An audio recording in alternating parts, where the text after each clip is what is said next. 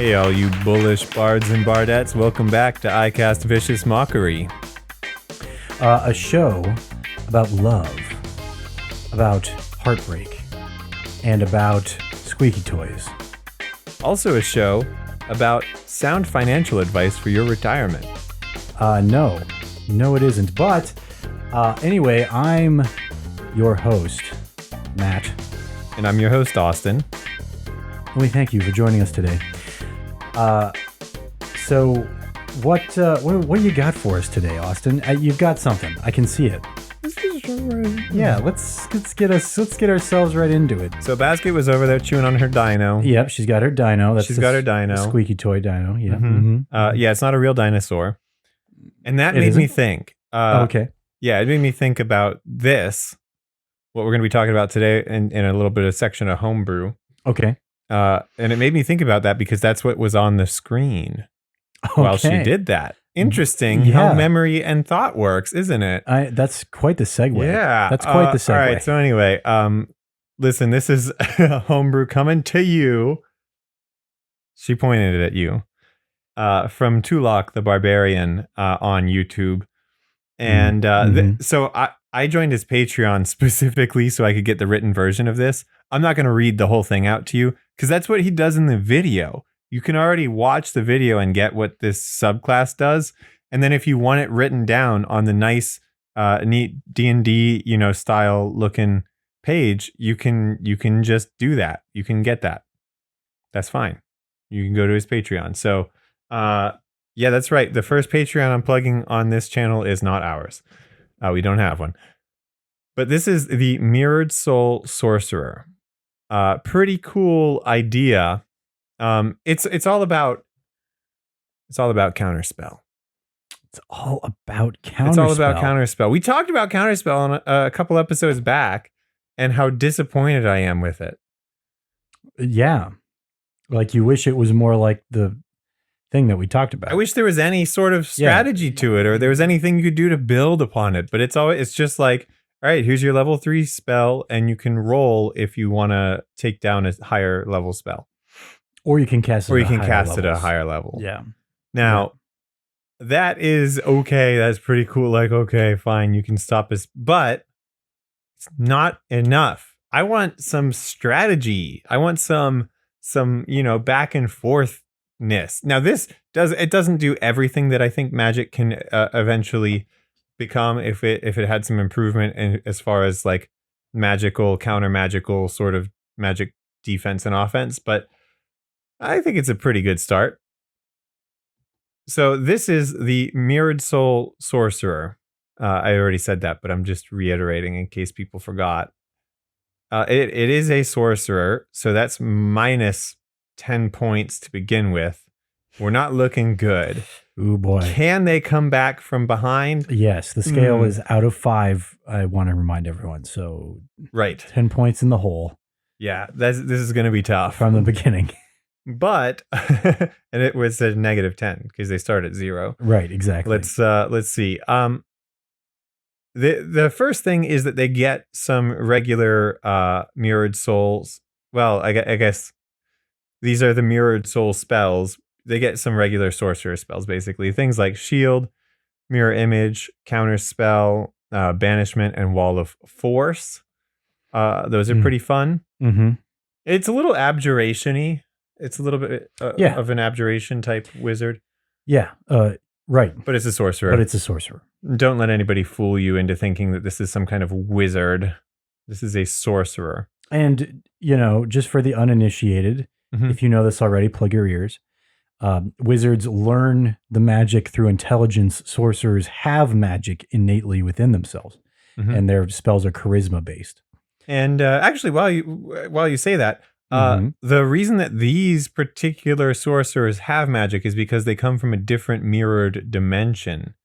Oh, the mirror world. Yeah. I've always thought that my mirror self was going to bring me into the mirror world and replace me, but it hasn't happened yet, or has it? I'm going to go with... Yeah, but I like him better. Anyway. Thank you so much. So you get some cool stuff though with this. The first thing is Crystalline Skin. Ooh.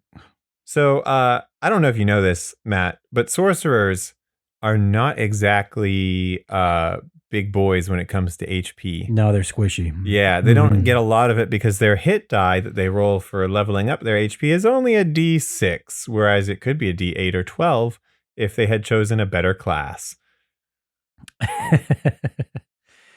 Yeah. Or a D4 if they had chosen a better class as well. I'm just saying, there are a lot of options D4 that are not a sorcerer. Yeah. But this kind of makes up for that a little bit because the Crystalline Skin, you can see it down here.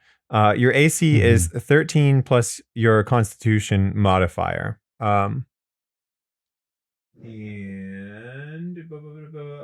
you get a little bit of some hit point increases. It basically you come from a mirror place and you're a little mirror-y. Yeah. Yeah, you feel you feel a little mirror. You know what though? I don't know. Let's hold the phone for a second. Mirrors are not strong. So why would Okay, it makes more sense. It makes more sense in the full context, but we'll get to that. Okay. All right. Now, at first level, you get, oh my god, an amazing ability. It's called Shattered Luck, and I love that, by the way. That's a cool name. When someone hits you, their luck shatters. Are you reading along right now? Yeah. Are you seeing this? Mm-hmm. So what does it do? It gives them disadvantage on all sorts of things after they hit you. It gives them disadvantage on saving throws. I believe it says, I'm just going off memory right now. Saving throws, ability checks, and attack rolls. Yes. I think that it gives them disadvantage on the next one of those that they do. Exactly. Yes. Against anybody. Against anybody. Against anybody. But specifically, if they hit you, they're a lot less likely to hit you again. And then they might hit you eventually, but so you have very few hit points, but you're also not getting hit as much. And you're a little bit tankier, so it's even less likely that you'll get hit when they have disadvantage. So you're basically giving yourself, like, every other turn you take damage. It's becoming basically that. Or if somebody has multiple attacks against you, if their first one hits, their second one is less likely to hit. Half of their attacks are at disadvantage. Right. Or at least neutral if they had advantage before. It can cancel that. Right. Exactly. Which is nice. It also is kind of a funny, because you're a mirrored soul and breaking mirrors is bad luck. Yeah, it's funny. It's funny. I like that. I like that a lot. Yeah. Now that seems very powerful to me, and It is. I wouldn't put that on a barbarian subclass. I feel like that would be too much. Yeah. But sorcerer, though? I think it works out on sorcerer. Sorcerer, yeah. The sorcerers suck and stuff. Man, I'm really just owning them today. Reflected Punishment is the next skill that this class gets. It's pretty rad. It's just that when you counterspell or use Dispel Magic, you can use your sorcery points to basically you absorb magic. Do you see what that does? Are you reading along? Oh, wow. When I say that you absorb the magic, it actually teaches you that spell temporarily. It goes away. I think there are a lot of rules for it up here that, oh, no, never mind. It just is that simple. Yeah, so it's until you finish a long rest, you can cast the spell that you absorbed without expending a spell slot. So basically, so you get one free cast of it, and then after, I don't know if it says that exactly in here, but that's how he says it in the video. You get one free cast with no spell slot used, and then then it's added to your spell list, and you can cast it normally. Oh wow! Now you can reflect a spell of any level as long as you get lucky with your counterspell. Yeah. Yeah. Right? Like, that's pretty sweet. Yeah, like ninth level. Yeah. This subclass was inspired, as a lot of the things that Tulok the Barbarian creates, it was inspired by, does he say it Tulok or Tulok? I don't know. How do you say your name? We'll never know. It's basically, though, it's stop distracting me. It's inspired by some characters. Can you take a guess as to what kind of characters we're looking at right now? We're getting to the point where you can probably start to figure out some influences. For the subclass? For this subclass. Let's see. But you might not be able to at all. It's a little tough. Ooh. It's kind of abstracted out from what they do. Okay. Hold on. All right. Reflecting things back at other things. There's plenty of video games that have mechanics like that. Yep. Like there's a thing like that in Kingdom Hearts, I know, which is a Square Enix property, which means that there's probably something like that in other Square Enix properties too. That's probably true. I didn't take that into account. That's not one of the ones, but it could be. Okay. All right. We'll keep going. All right. Yeah, I don't think you're going to guess it because I don't think I would have guessed it based on this. However, knowing the character and then seeing this, I'm like, yeah, that's how you would basically take that, those characters' play styles, or I guess lifestyles, and turn it into a D&D play style. Okay. All right. So the next dizzily deal is absorbed talent. This one's a little bit more complicated, but to simplify it, you can touch somebody and then take one of the things that they can do. Yeah, I see that. Proficiencies and spells that they know. Yep. Class features. Ooh, boy. Yep, exactly. You get to keep those until a long rest as well. And you can do it a certain number of times per long rest. Determined by, doesn't matter. You can learn all the math stuff by watching his video or by reading the thing yourself. I just want to talk about how... No. I want to talk about how cool this is. Basket wants to leave. That's what the no is about. Okay. Yeah. But she's not allowed. Ha ha ha. Can't leave, you're not Basket. Allowed. Yeah, you're stuck in here forever. You're stuck in here forever, Basket. Okay. Yeah. I'm not good at open-ended questions. Can I have multiple choice for who this character, what kind of character this is based off of? No, but we'll get there. When you hear it, you'll be like, oh my god, yeah. But I'm sure. I already had other ideas for what you can do with this subclass. That is, they're not like necessarily copying some character. We'll get to it.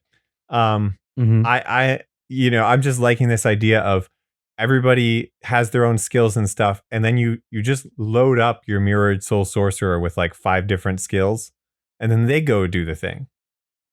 And like this is the like, all right, we're gonna send we don't have a rogue, we don't have a bard, we're not doing any stealthy stuff normally, but with all of our combined skills, I think we could kind of do it, except not like all right, our paladin wears heavy armor, so they're not going anywhere stealthily. Yeah. Right? Like, so instead, you take the rest of the group and they create a distraction outside, and they cause some kind of commotion, big old fight. And meanwhile, the mirrored soul sorcerer sneaks in and steals stuff. Yeah. Yeah. That's some fun stuff. It's like a jack of all trades type of thing. I mean, this would be fun to play. For sure. This would definitely be fun to play. So I'm looking at the last thing here. Did you talk about this last thing yet? Parasitic Connection? No. Basically though, it just lets you do two additional things. Number one is that the talent you absorb lasts longer. Okay. Up to 7 days, so you can like really load up. Oh boy, yeah. And then it gives your party time to rest because having your talent absorbed is exhausting. By the way, it causes a level of exhaustion, which means that you can use it offensively. They get to make a Constitution saving throw to try to fight it. Oh wow! So when you take the talent from something, it's like Space Jam. It's like Space Jam. You absorb the talent. Oh man, they carry around a basketball. Oh, Yeah. I knew this it. This is Marvin the Martian in Space Jam. If you want to play him as a D&D character. That's not the only one. There are other characters who this is like. Okay. Okay. Sorry. And we'll get to those in a little Space bit. Jam. Okay. I definitely got the Space Jam vibe though. The Parasitic Connection though lets you, when you do absorb talent, it lets you also add necrotic damage to it if they fail another saving throw. Oh wow. Yeah. A lot like what is it? It might have been like 3d12. 8d6. 8d6. Holy that's a crap, lot. that's a ton. A lot of damage. Yeah, I mean you get it at 18th level. Right. You know? So 18th level, yeah, you're doing some high rolling damage there. But yeah. I mean that's not enough to make that's not even enough to like stub somebody's toe at 18th level, let's be real. But every little bit counts. Yeah. Always. Yeah. Every little bit always counts. So yeah. Cool. So the characters who this is based off of, one of them is okay, so you're not going to guess this one. It's Rogue from X-Men. Okay. All right. You know how she like steals people's powers while she's touching them, but it also like hurts them. Like they do not like it. Yes. But she can do it. Yeah. I don't really. I'm familiar. Yes. I've never liked her. Because her, I think just as a kid, I wasn't able to empathize with her at all. And so I didn't get why she was so whiny all the time. Because that's like her whole character deal in any iteration of X-Men I've ever seen. Yeah. She just seems awful. But that's, I was a kid. I haven't checked her out since. I'm just not familiar with X-Men. I never watched the movies. I've actually never seen them. I've seen one of them, one of the more recent ones that came out a couple of years ago. But I just don't. I don't know. I saw X-Men Origins Wolverine. That one's hilarious. Doesn't have Rogue in it though. No. I don't think. And then I saw Days of Future Past. I thought that one was all right. Yeah, it was a good movie, but I don't think it had Rogue in it. Yeah, no Rogue in that one no, either. She's dead. So I'm not really familiar with Rogue, like at all. Yeah. They probably stopped using her in X-Men movies because she was a terrible character. Maybe little me was right. I am familiar with her and what she can. Like I've heard of her before, but yeah, I'm not. All right. How about I got another one for you? Okay, there's another one. He's pink. Pink. Mm-hmm. Patrick Star. Close. Ooh, okay. Not star-shaped. Not star-shaped, but he is pink. Pink guy. Completely pink. 100% pink. The fact that I said he is pink, though, is making you think of something that is too human-shaped right now. Okay. Ditto. Close. Actually, though? No, I think you could do something different with a Ditto. Yeah, Ditto and is different. And it would be awesome. And it would be a druid. Kirby. Yeah, Kirby. Okay, there we Kirby. go. I got it. this is how you play Kirby in D&D, right? Like he's a being from another dimension, which I think Kirby. I think he does multi-dimensional travel. At least he does multi-universe travel. I don't know if that's different or not. We can talk about that another time. But he also sucks people up and takes their powers and then hits other people with them. Maybe the big difference being that when he takes their powers, they don't lose their power. I guess that's the case with this one. Well, they get absorbed. Right. Like completely. Well, unless you're playing Smash Brothers. Right. Yeah. But yeah. Kirby. Yeah. If you were like, I want to play Kirby, this is how you do it. Now. It makes sense. I have another idea of how you can play this character. Lay it on me. So do you know about the hungry ghosts in Japanese mythology? Hungry ghosts. Are those the ones that are the reason why they say moshi moshi when they answer the phone? Yep, I think so. Right. They are these ghosts who are forced to. It's basically like being in hell or purgatory. Like if I don't know if your life actually affects whether you become one or not. I don't remember. Maybe if you're greedy or something, it's what happens to you. They're cursed to wander around forever, constantly being hungry, but with their throat is too small. They have these little bitty necks, and they can't swallow. But they're very hungry. But they're very hungry all the time. Always. Now, I think that sort of effect, but rather than for food, it's like absorbing people's souls. That would be how you could play this character. Like they go around and they have this like awful, terrible craving for like, I'm going to absorb your soul. But they like, it doesn't work. No matter how much they try to absorb, it doesn't actually satisfy the craving. Maybe it doesn't make it worse, but it doesn't make it better.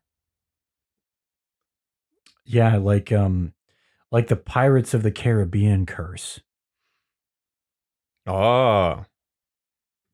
Yeah. Yeah, where they're immortal but they can't eat anything and yeah.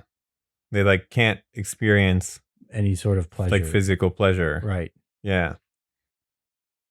Or even intellectual pleasure, I don't think.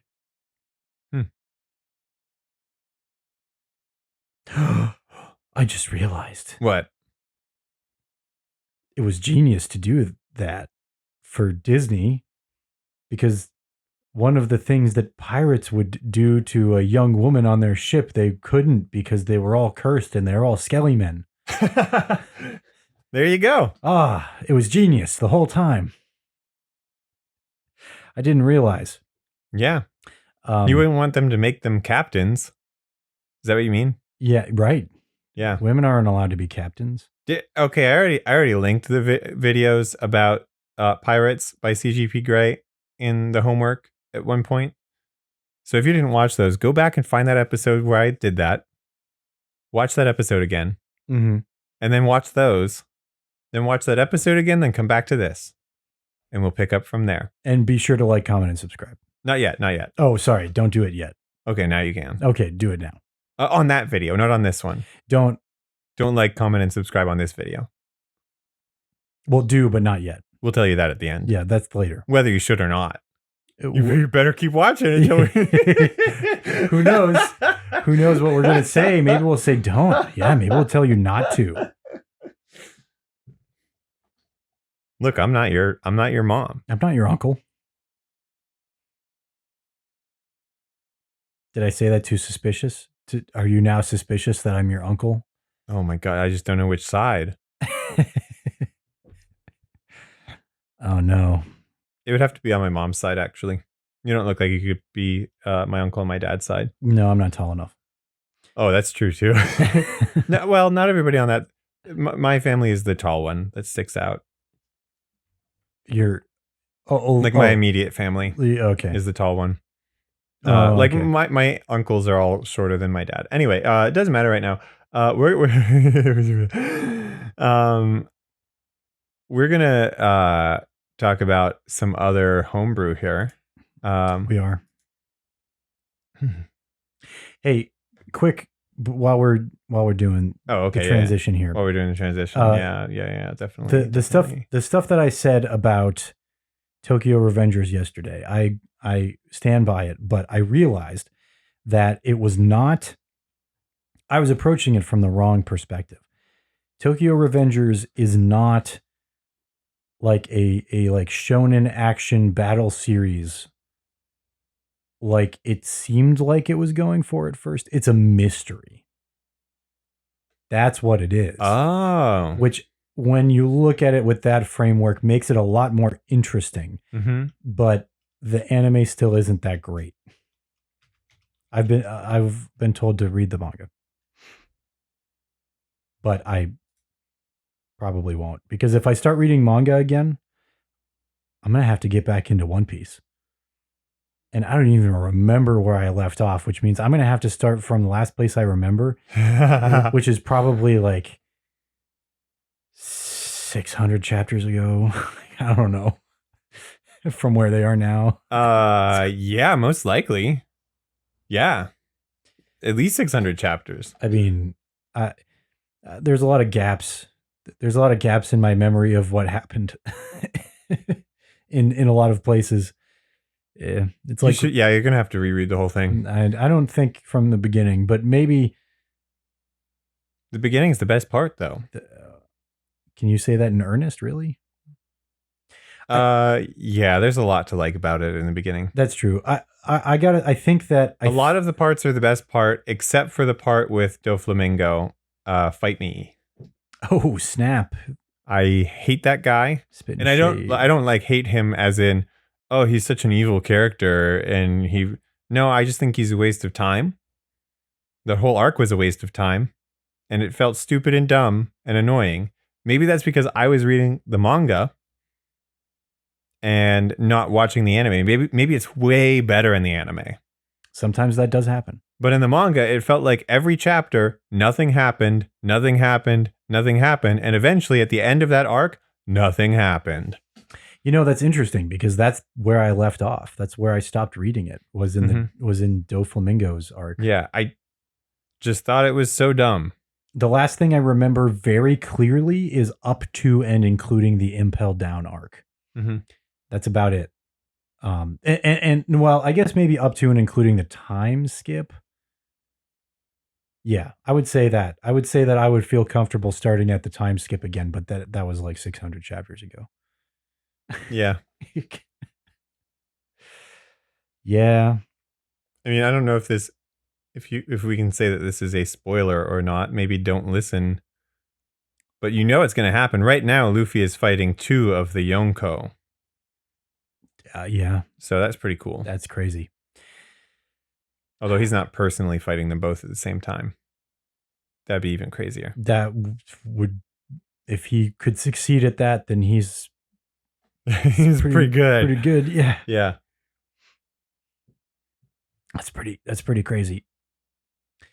I almost feel like, I don't know. I think that one of the peaks of One Piece is when they put Luffy up against the guy who had the lightning powers. Oh my god, it's so good. Because I love that. I mean, he's just so deadly. He's got such good control over his power. They're so well developed that he can basically take over the world. And then, oops, you have the exact perfect power. And it's not like it's like some kind of gag or something where they like purposely picked out this person who has they did purposely pick out somebody who has the exact power that Luffy's would be good against. Mm. But at the same time, it was realistic to think that somebody with that power and with that level of control over it and like that level of honing the power would be very scary to almost anybody else in the world. Exactly. Exactly. And it was funny because it was a great way for the manga to like set up how strong enemies could be in the future, while also it actually did it in a way that was very One Punch Man, where like the tension wasn't from the fight. Like once Luffy got there, the tension was gone. Right. The tension was all before Luffy got there. Yeah, you were like, all right, I know Luffy can beat this guy. Yeah. This is gonna be good. Yeah. But like, how does he get there? How does this like is everybody gonna be okay? Yeah, exactly. Yeah, really well done. Really well done. I think that was one of my favorite parts. Yeah. Because and I thought of it because it's one of those things like, how do you make a story where the protagonist power is that he's a rubber man? Right. How do you make him become king of the pirates? Right. In a world where there are people who can control fire and stuff like that. And I think they're trying to make it abundantly clear that the powers of the fruits, at least it seems like this, like Luffy can stretch himself and be all rubbery, but they're trying to make it, I think, so that the fruit gives you like control over everything, kinda. So like theoretically, he could make other stuff rubbery. Really? Theoretically. Interesting. I don't think he's going to, though. Yeah, because that's the interesting thing about his character is like I just don't think he he cares about, his fruit power. I think he cares about being the king of the pirates. Right. And I don't think he's going to find that to be necessary. He ate the fruit on accident, didn't he? I don't remember. I'm pretty sure he ate it on accident. Or he was just actually hungry. Yeah, And something then like that. he was like, that's nasty, but he ate the whole thing. Right. Yeah. I remember that was gross. Mm-hmm. Yeah, it was never super important to him. Yeah. Yeah. Yeah, exactly. I feel like his character is so strong because he's not trying to be like the best at all these different things. He's like, not like, I need to train and become the king of the pirates. He's like, listen, I'm already the king of the pirates and you all just don't know it. Yeah, you don't even know it yet. Yeah, exactly. And then people like offer to train him and he's like, yeah, okay, of course I will do this because I am the king of the pirates. Mm-hmm. Might as well be as strong as me. Be as strong as God himself. The king of the pirates. Right. This guy. Me. This guy. Yeah, I think that's what's so fun about him. Is that he doesn't understand his limitations. He has no clue. And he doesn't need to. He kind of just goes. He just goes. He just does. He's an Energizer protagonist. He's Energizer protagonist. Yeah. Yeah. Yeah. And he gets all these this ragtag group of people because on his way, because he's got good morals. He's got a good heart. You know what I mean? So he goes along the way and he helps people sometimes, and then sometimes they join his crew. Mm-hmm. Sometimes officially, sometimes unofficially. Right. Sometimes people just help him out. Yeah. He's got friends. In fact, sometimes enemies help him out. Yeah. Sometimes people who explicitly want him dead. Yeah. Help him. They have no choice. They have no choice. Right. I mean, that happened with, who was that sciencey guy who made the weapons or whatever, and then he also made some fruits, and I don't remember. He was some bad boy. That might be a part I never saw. Yeah, maybe. It was around the time of Doflamingo, so you probably don't remember it. I probably just don't because that's remember where it sucked. Okay. The only weapon making guy I remember is the guy when they got Chopper. Tony Chopper. Yeah. But he didn't make weapons. He that was his fruit power, is that he could turn himself into a cannon or something weird like that. Yeah. I think that's what it was. Or whatever he ate is something about him eating stuff. Mm-hmm. He could eat a cannon and then he became the cannon. I don't know. He ate stuff and then shot them out like a cannon. I don't know. It was something like that. His power had something to do with that. Oh, that guy. Yeah. Right. And God, I just have some vague memories. All right. You know what? We've talked about it not enough at the moment that I'm going to read it. I'm I'm definitely going to jump back in and try to read it again. All right. You got to let me know when you're close to caught up. I will let you know in a year and a half when I'm close to caught up. Oh, it'll be fast. It'll go by like nothing, man. Yeah, I guess a chapter is like maybe 3 minutes of reading, depending on what's going on. Yeah. Yeah. So okay, let's pause for a second. Okay. Time out. Got it. We're going to pause the episode for a second. We'll be right back. Okay. My babies. Baby. Okay. So we got another one from Tulok the Barbarian. Tulok, my dude, really like this stuff. I've been loving the videos. So we're going to talk about it a little bit.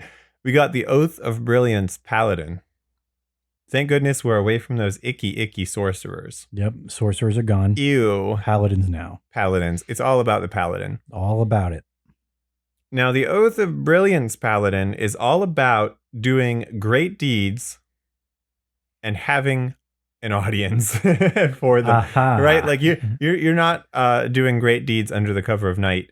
You are doing great deeds where all can see. That's the point. It's all about being big and loud and flashy and everything.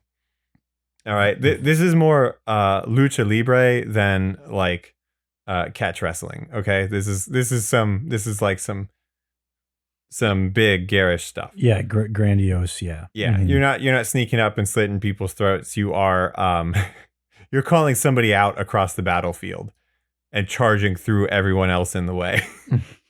You're picking up those foldable chairs. And Yeah, baby. You're getting those ladders out. Yeah. Okay, Yeah. I got you. All right. So, in fact, he actually described. So, all paladins have tenets they must follow. They get these powers from a deity in exchange for following the tenets that deity sets out. I don't know if there's a specific one deity set for this, but doesn't matter right now. Their tenets are beacon of like these are the titles of them: beacon of inspiration, in the light of day, and it's better to burn out. You can already kind of get a feeling for what this means, and I already described it a little bit. So in other words, they want people to see what they're doing and be inspired by it. Mm-hmm. You don't do stuff a covert way, right? Like you take them head on. Right? Mm-hmm. And if somebody's not at full power, you wait until they are to fight them. Oh, that's the Goku method. Right? Yeah, yeah. You wait until they are ready for you and you beat them at their best. Very All Might. Yeah, speaking of My Hero Academia. Yeah. Very All Might. Well, until you learn more about him, but we'll get there. Not for this. You'll get there. I will get there eventually. If I yeah. Well, I'll get there eventually if I watch the show too. And then it's better to burn out. Okay, this could apply to that as well. Mm-hmm. Meaning like you don't like give up during the fight and like beg for mercy. You don't try to get away when things don't look like they're in your favor. You finish it, and that might mean that it finishes you. And that's how you have to live. That is the lifestyle you've chosen, and it has some risks involved. Absolutely. Yeah, but it's pretty cool. You get some fun stuff. You get these cool spells. Zephyr Strike is one of my favorites. It basically lets you do a jumping attack, and when you land, it does damage around you. I don't know if it's AoE or if you aim it, I forget, but that's pretty fun. So you just kind of like airstrike, right. Yeah. Yeah. Haste is obviously important for something like this. Freedom of movement is pretty rad. You can't be restrained, grappled, or any of those other things. Mm-hmm. Oh, and then, the other things that you get when you're at 17th level, those are pretty cool too. It doesn't matter right now. Again, you can get the whole sheet on Patreon or watch the video that will be linked in the description of this one if you want the full details of this. But what we're talking about right now is the channel divinity. All right, there are some characters who have inspired this class heavily. And I want you to tell me who it is after you hear this one. You don't get to hear the other stuff. You got to hear it after this. You got to tell me after this. Shout of Courage. At 3rd level, you can do a thing where you yell real loud. Uh-huh. And every turn that you keep yelling, it adds +1 to your attack and damage rolls during for the next hour, it looks like. So at the beginning of the battle, you go, ah. And then you can fight after you've powered up. As I said. That's right. Goku. Blue from Foster's Home for Imaginary Friends. Blue Regard Q Kazoo. Blue Regard Q Kazoo. My main man. All right. The other way you can use your channel divinity is to basically give bonuses to the people around you. That's not as fun. I don't care about that. I mean, it's cool. It's great. But come on. I want to start the battle by just shouting. This also causes an initiative roll. Like if you do it, you can't just wait. You can't just do it outside of battle. Oh. I mean, you can, but it's so loud. Like it has to be so loud that you wouldn't do it before you walk into the room. Yeah, exactly. Like that's against one of the tenets. So, yeah, it just doesn't happen. The next thing that they get is a rad little skill called Shooting Star, which basically, I forget. Let me see. It makes them able to jumpy and move better. Yeah, your range increases by 30 feet. Yeah. And I think you get flight, but you have to. You don't. At the end of your turn, the flight stops. So it's basically like you can move really fast in any direction, including up, but you have to land or you'll fall at the end of your turn. Yeah. Yeah. Okay. Yep. You increase your horizontal jump and your vertical jump. Mm-hmm. Your horizontal jump basically becomes your full movement. Yeah. So you can just it doesn't really matter in most battles. It could be useful for certain obstacles outside of battle.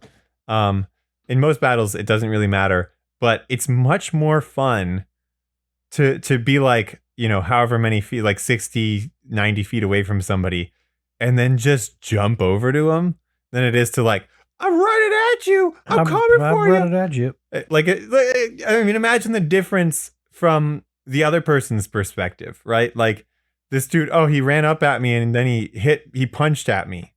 Why'd he do that? But he did it. Why did he do that? But he did it.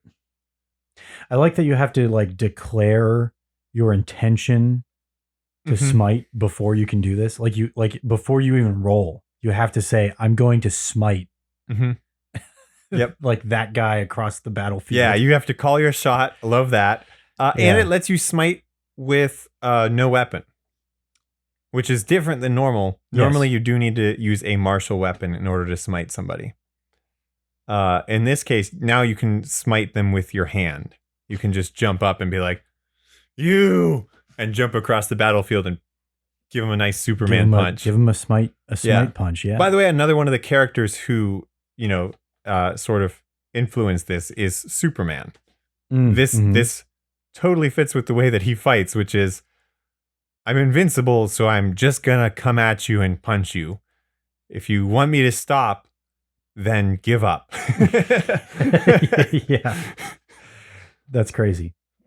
And then they're all like, I have kryptonite though. And he's like, all right, I'll shoot you from back here with my laser eyes. Thank you. Because actually, that's one of the things that you get here, is that all out offense. I believe it gives you, I think it gives you the ability to hit or increase the range of any of your attacks. So it gives you like key blasts, it gives you laser vision, however you want to look at this. Yeah. So the all out offense is saying this is the thing that you can take off your armor as an action. Oh, that's already here? Oh, dude. And then your speed doubles. Yes. Not only that, but you get extra attacks. So it's the weighted armor. If you're wearing heavy armor for an hour, you can take it off, and then it's the Rock Lee taking off the leg Rock Lee weights. taking off the leg weights. Yep. Right? Absolutely. It's exactly that. The benefits last for a full minute, and that's where you get the flying speed. By the way, that's one of the most beautiful things ever. Rock Lee taking off the leg lights. I am going to link to that in the description. If you have not, if you haven't seen it, you've got to. And if you have, now is your reminder that you haven't watched it recently enough. Yeah, you really should watch it again. Yeah, it's one of the most amazing pieces of anything of any art form.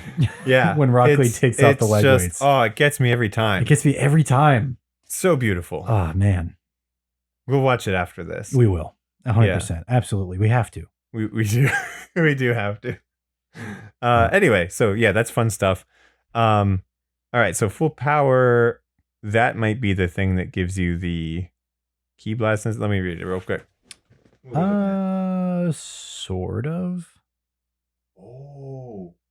30-foot radius. Yeah. Bright light. It's Super Saiyan mode. Yeah, you go into Super Saiyan. You do literally glow. Mm-hmm. You get extra attacks, and you can fly and hover. You can fly and hover now. Yeah. And there's nothing that, one thing I will say, Mhm. I don't think it says anything on here about not being able to do all out offense and full power both. Does that mean that your movement speed doubles twice Mhm. and it is now quadruple? Yeah. All right. And it's already increased, right? Like, that's so beautiful. Ooh, so good. You can go anywhere, anytime. Pretty much, yeah. Now, okay, so, by the way, in Tulok's videos, he talks a little bit about how to, how to utilize these skills a little bit and Mhm. how to multi-class. With this Mhm. one, I mean, a lot of the time with paladins, you don't want to skip out on the level 20 thing if you're going to be a paladin, but multi-classing is too fun to ignore. Let's be real. So there were some cool ideas for multi-classing. Doesn't matter right now. He already handled that. What I think is within my wheelhouse is to talk about how you would play this character. Number one, first off, a luchador is like, this is perfect for a luchador, right? Like you can jump, I don't know, 60 feet or whatever, but you use it to jump straight up and straight down and elbow somebody. Like Yeah. that's so great. Yeah, the I love flying elbow. that. Yeah. Mhm. That is the kind of thing, and so you're not doing it to make yourself famous as a personality, but you are doing it for fame, right? You're still doing it to be in the spotlight, but your identity has to be hidden. That's kind of a fun thing, right?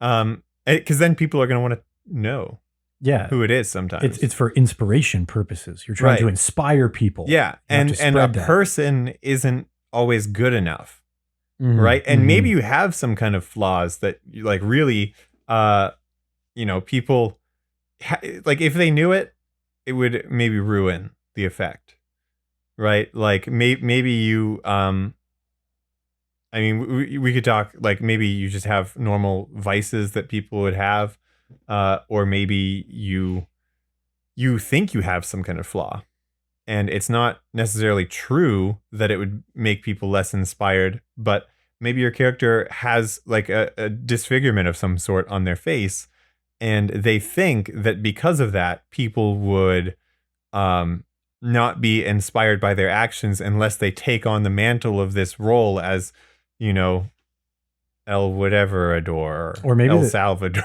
El Salvador. Yeah, I am great. El Salvador. I am El Yeah, Salvador. Or maybe they're not they're actually not confident at all. mhm. And donning the persona is what gives them the confidence to be this person. And without the mask and the getup, Mhm. they're just a normal person who's Yeah. afraid. Yeah.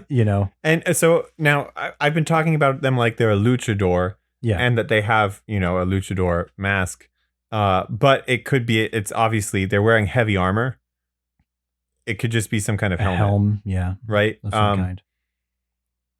But it also could be that, it could be that their helmet is an additional restriction on them. You could play this up how you want. But like, what if it blinds them and all they have are their other senses, or stuff like that? Obviously that makes spells harder, but they might have some form of blind sight maybe to make up for it, depending on how you can create this character. Mm-hmm. Or they just have like, they just can't use some spells. Actually, a lot of the spells that are in the Oath of Brilliance spell list don't. Wait. Most of them are Stone Skin. self. I think spells. only Steel Wind Strike is like has a target. Yeah. Oh, Erupting Earth is probably an area of ground that you can see. But the other ones you can use all of those on yourself. Right. So you don't even need to see. Yeah. That could be a very fun thing. And then you take off the helmet and suddenly now you can like hit with your Steel Wind Strike or stuff like that. Yeah. Also note that Smite is not a spell, even though it uses a spell slot, so it doesn't require line of sight. You could just do it. So yeah, Smite is So it that's is fun. like an ability, I guess, technically. Mm-hmm. Yeah, it's just like it's an ability that uses a spell slot. Yeah, it's like in the spell list, but it's technically Yeah. not a spell. Because like some stuff is triggered by like when somebody casts a spell, but Smite does not trigger that. That's the big difference. Right. But Yeah, it also means that you can use it when you're blinded and stuff. Basically, so what I'm saying is, like, what if this character just actually is too strong? They actually are too strong, and nothing is a threat to them. But then they sort of handicap their power, right? So you're playing like a level 40 creature, but they just don't use half their stuff, like Kenpachi and Bleach. With his eye patch that drains his power, because otherwise he's too strong and no one can beat him, and he loves the thrill of battle, right? Like exactly. he lives for that, and nothing is thrilling if he wins too easily. And then he takes it off and still loses sometimes. He does still lose sometimes. Wait, I'm trying to think. Actually, I don't know if he ever loses when he takes off the eye patch. I don't know either. I do know. So we're getting into Bleach territory now. I guess so. I guess this was doomed to devolve into anime from the start. Doomed, always. There's no other way this could have gone. I'm sorry to everybody listening if you didn't care about Bleach until now, because it doesn't go too well, man. Yeah. I mean, you can look into it, but oh boy, you only go so far. Yeah. I mean, I read the whole thing. You read the whole thing? I read the whole thing. Really? Like right up until the end. I was reading it live as it ended. Wow. And it kind of just was like, all right, well, we were halfway through this arc, but it got canceled. So here's the ending. By the way, it was kind of a tediously long arc, so I'm glad that they ended it early. Anyway, one of Kenpachi's deals is that everybody has these magical spirit swords that they use, and they're like connected to you as a person, but he uses his as literally just a hunk of metal, and it's damaged all the way up the blade. It's just real beat up. And because he doesn't care about it, it doesn't have any other powers. He literally just swings a sword and it chops down buildings and stuff because he's so spirit strong. He's got the spirit. How about you? Yeah. Zanpakuto. Yeah, right. So I think he eventually finds out that he had been using the fully unlocked version of his sword the whole time. And it was another character. What? Yeah, his sword was another character the whole time, or something like that. Wow. Yeah. I did not know about that. Yeah. I don't think. Or maybe it wasn't the fully unlocked. Maybe it was the first unlock, and then he fully unlocks it at the end, obviously. What was so there was the Bankai. That was the first one was Shukai. Right. And then Bankai was the second. Was like the full limit release. Yeah. Yeah. That's right. And what were the things? What were the guys? What were they called? The partial hollow guys. That's as far as I got. The Arankar. Yeah, they were Aran. Arrancar, but it's supposed to be said in Portuguese, I think. Yeah, Portuguese. It's a Portuguese word. It's a Portuguese thing. Yeah, and they were or Spanish. I don't remember which actually. I think it's Portuguese. And his name was Ulquiorra or something like that. Yeah. I actually don't know how to pronounce things in Portuguese, so me neither. I guess I don't know if that's even close to correct. Yeah. Let's just assume it's Spanish. Well, if it's Spanish, like it's pronounced the same. Portuguese and Spanish are the same language. Let's be real. That's not true at all. But aren't the R's sometimes at the beginning of a word in Portuguese? They are pronounced as an H. H. Yeah. Okay. In English. English H. English H. Yeah. Yeah. Okay. But in the middle, they're I think just still R. Single trilled R, or single rolled R. Yeah, but it was double. Not like Hiron, but Hiron. like Yeah. almost like in Japanese. It's yes. actually Portuguese is a pretty easy language for Japanese people. Oh, really? Yeah, and vice versa For pronunciation. for pronunciation. Yeah. But there are a lot of Portuguese people who live in Japan. Not as many the other way around, but there are a lot of Portuguese people who ended up in Japan.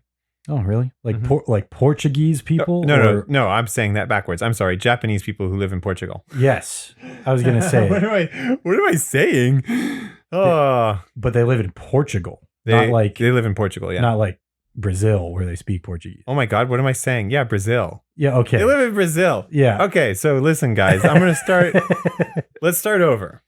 Okay, starting over. So is Goku Japanese? Is Goku Japanese? Well, he was inspired by the Chinese myth story of the Monkey King in. Well, I just mean if you cast a live action Goku, should he be played by Ken Watanabe or Timothée Chalamet? How do you say his name? That guy. Timothée? Is it Timothy? Timothy? What are you talking about? I don't know who you're talking about. Timothée Chalamet is how his name looks like it's spelled, but it's French, so I don't know how you say it. Are you talking about the guy who actually played Goku in the actual I'm talking movie? about the guy in Dune. He's just one of the names that popped in my head. I don't know who played Goku in the live action movie. Well, I don't either. I don't think anybody does. Have you seen it recently? Probably not. Did Have you you? watch it before? Yeah. I think we saw it together. Yeah. I think we probably did. saw it together. We did. That was terrible. That live I action thought it was movie. pretty good. Did you like it? No. I was going to say, don't you tell me that you like that movie. Don't you tell me that you like that I movie. don't know why I didn't like it. It didn't make a lot of sense. I think it didn't stand well on its own. No. Well, and it has Is the real problem. right. I don't know. It felt like they assumed you knew a lot of stuff, Yes. but at the same time, stuff wasn't supposed to be based like it wasn't supposed to be the same thing. right. So I didn't know what to do when I knew something. I didn't know if I should be like, I know this, or if I should be like, guys, you don't know this. Listen. I didn't know what to do. It's Piccolo. Or, We don't know if that's Piccolo. Maybe that's not Piccolo. What if he's flute in this one? What if he's Flute? His name's Flute.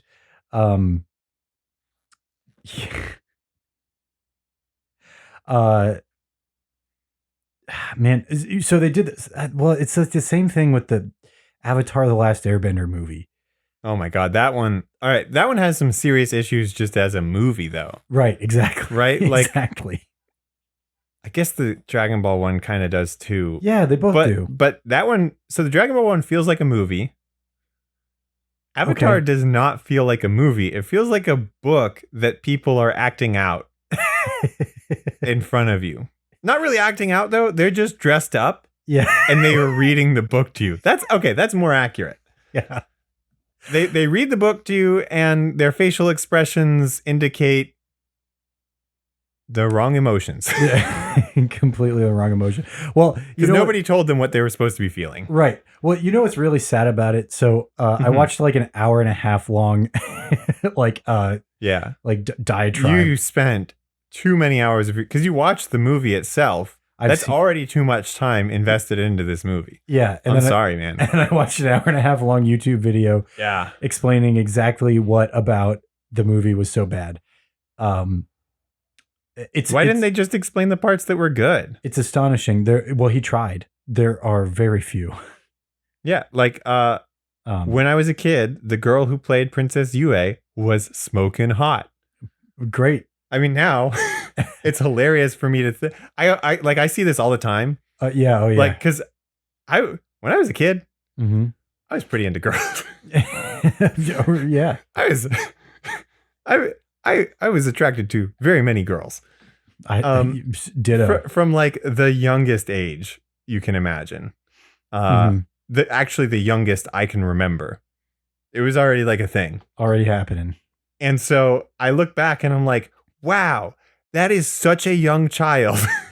Yeah. Holy cow. What? I can't believe it. Yeah. There was a time in my life.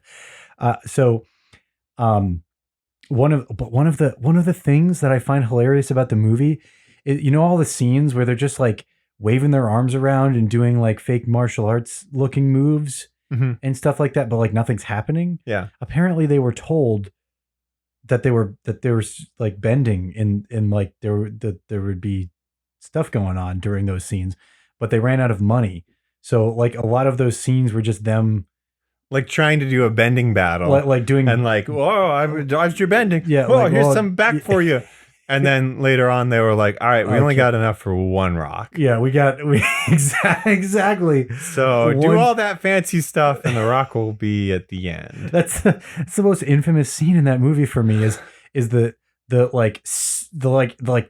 earthbenders that like stomp around and like and then like one semi-large rock gently floats across the screen, like gently, like very delicately floats across the screen. Oh my god, yeah. Oh, it's so funny. It's too good, good. So funny. Every once in a while, a true piece of art comes along. Yeah. And well, really, I think that's when the wind kind of came out of the sails of my life, because I realized that, yeah, that's it. I'm done here. It's not going to happen again unless like immortality is figured out, or at least life extension to several hundred years. Well, they have a release date for the live action Avatar: The Last Airbender TV show that's supposed to be airing on Netflix. Yeah, I don't know if that's going to be bad enough though. I'm sure it'll be bad, but I don't think. Yeah, I don't. Well, who knows? Who knows? They haven't released any. I don't think as of this very day that we're recording, I don't think that they actually released any footage of what the show is going to look like. They have a cast, obviously. I don't know anything about the cast, but I guess we'll see. I'll definitely watch it. Wait, when did you say it was coming out? I don't know, but they do have a release date. I don't remember when it is. Oh, you're gonna look it up? Yeah, I'm gonna look it up because I might. Avatar live action release date. Perfect. We did it. Release. Nobody knows. Nobody. I can tell. Oh, it doesn't. Holiday 2022. Holiday 2022 is the best guess right now. Never mind. I thought I had a release date. I was wrong. All right. In that case, by then, or I guess for the release of it, I will. We will do a video where we talk about my monk subclass, which is the Avatar. Okay.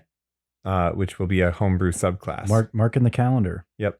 That'll be about a year from now. Or never. Or never. Depending on how release dates work for that thing. Or never. Hey, one thing I am super excited for is Breath of the Wild 2. Yeah. Speaking of release dates that we don't know. Yeah, we don't know about. Yeah, exactly. Is that also, I think it was also holiday 2022 was their last plan? I heard. Yeah, last I heard holiday 2022. But what about Metroid Prime 4? Oh, I've never played any of the Metroid Prime games. I don't know. Oh, dude, let's go do it right now. I think a mutual friend of ours is planning on getting it though. He got Metroid Dread. That was fun. I didn't play it, but I watched him play it. It looked fun. It looks really cool. I can't wait to play it. I don't have it yet. Oh no. It's like I can wait. But oh my god, I'm definitely playing the heck out of it. Did you like get it and it just hasn't come like okay. No, like I haven't purchased it or anything like that. Yeah. Gotcha. Mm-hmm. I don't know. So we'll talk about this on the next episode. Got it. We'll leave a little cliffhanger. Why can't Metroid crawl? Like they can only float? No, Metroid. Why can't he crawl? Okay, you're doing that like we're gonna. I actually want to talk about Metroid next episode. Okay. So let's talk about Metroid. Okay, just a little bit. I thought you were doing that like what if Zelda was a girl thing that you do sometimes. I would never think about that. Like, not even for a second. Zelda can't be a girl. No. He's got the Greek clothes and the sword. And all right, but I do usually play as a girl in Pokemon. Mm-hmm. So, like, sometimes I will admit I have thought about what if Zelda was a girl. What if Zelda was I actually have thought about that. It's happened sometimes. It's not good. Like, no one would want to play that. But, I mean, Pokemon can be a girl, so... If Pokemon could be a girl, Pokemon is the highest grossing intellectual property of all time. I'll have you know. Yeah. By a very wide margin. By a very wide margin. Isn't it like double? It's almost double the next one. It's not double what like Mickey Mouse makes or something. It's double what Disney makes. Yeah. Pretty much. Although I don't know if that counts like Marvel Studios or things like that. I'm not sure how that all works. Well, the list that I've looked up in the past a few times has separated like Mickey Mouse and Marvel Cinematic Universe and Star Wars and all those things that Disney owns. Yeah, so Disney might own enough stuff to catch up with the Pokemon company, but like I don't even know how they do it. I have no clue where all this money is coming from. I know. Yeah. Because I only spend like $120 on Pokemon a year. But you personally. So yeah. And like Anna, same thing for her. So like, where's it all coming from? Yeah. Where's all this money coming from? Well, I'm sure that you see what it is though? Merchandising. Yeah, I know. I'm including that in my $120 a year. You're including the merchandising. Yeah. I get a game and then some other stuff. And then some plushies and stuff. Yeah. Okay, that's not even true. So in the last 365 days, I spent way more than that on Pokemon. I think. I see one Pokemon piece of merchandise right now. Yep. In this room. Hold on, I'm sure I could find another one. Check on Anna's desk. I think she might have one there. I only see like a small Christmas tree. Oh. Wow. I don't know where they all are. We're looking around. I don't see any other Pokemon stuff. There's a Shy Guy. There's a Shy Guy and a little dinosaur thing. Well, that's not a Pokemon. There's a driver's license. Oh, wait. Oh, there's one. Yeah. Oh, there's two. I can't see Slowpoke from where I am. Yeah. Okay, that's 3 in the room. In this room. At the very least. Yeah. Is Anna's Switch in here?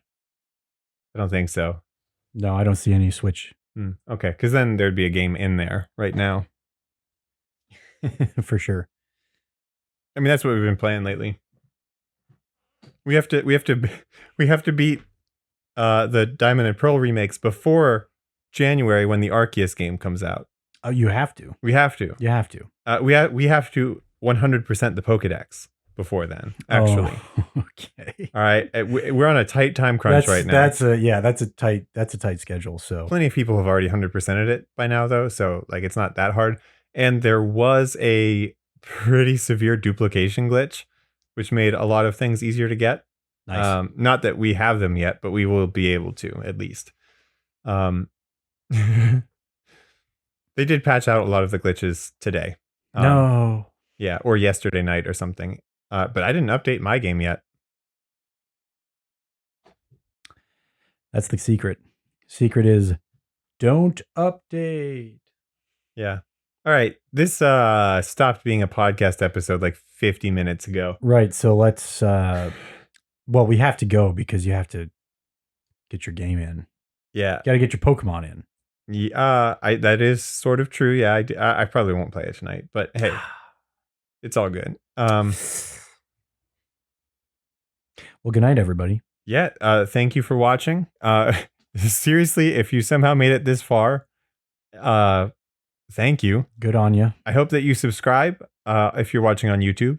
If you're watching somewhere else, do the thing there that's like subscribing on YouTube. I don't know if you're watching somewhere else yet, but hey, it could happen. You don't know. Stranger things have happened.